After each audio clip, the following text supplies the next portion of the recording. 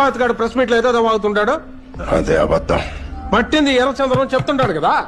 కాదు సండ్రా, అదైతే అసలు సార్ గైడ్ ఉంటుంది.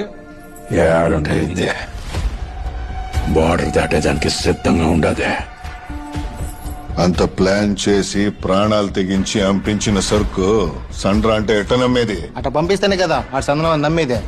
కాదనా, సరుకు సిక్కితే సిండికేట్ వెళ్ళాల్సిన ఛాలెంజ్ చేస్తుంటాడు కదా, మరి వదిలేమనండి సిండికేట్ ని.